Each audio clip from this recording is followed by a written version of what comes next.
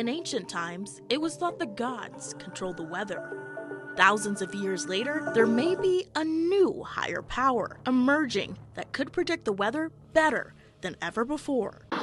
Let's go back to October 28, 2025. Weather predictions across the nation sounded like this. And now the models are going crazy. This is the strongest storm in the Atlantic to date, and really the strongest storm on the planet so far this year. After making landfall in Jamaica, flooding roads and cutting power for thousands, 5 days before Hurricane Melissa ripped through the Caribbean coast, Google's DeepMind server had shown there was a 50 to 60% chance the unnamed storm would escalate to a Category 5 hurricane. By October 23rd, the model raised its probability to over 80%. And what some might consider a miracle was actually the work of an algorithm ran by AI.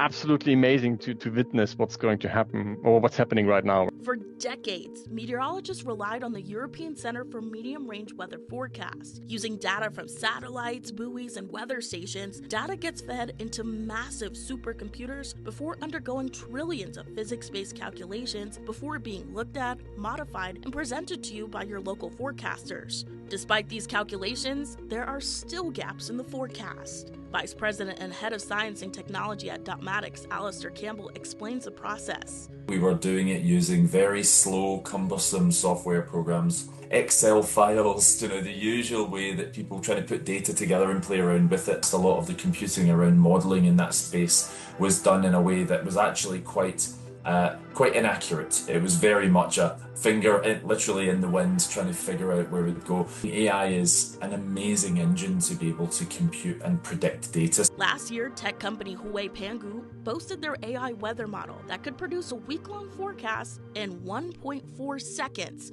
compared to the old physics-based model that could produce one forecast every 6 hours. Head of Earth Systems Modeling Section at ECWMF, Peter Dubin, helped develop and publish the center's first artificial intelligence forecasting system.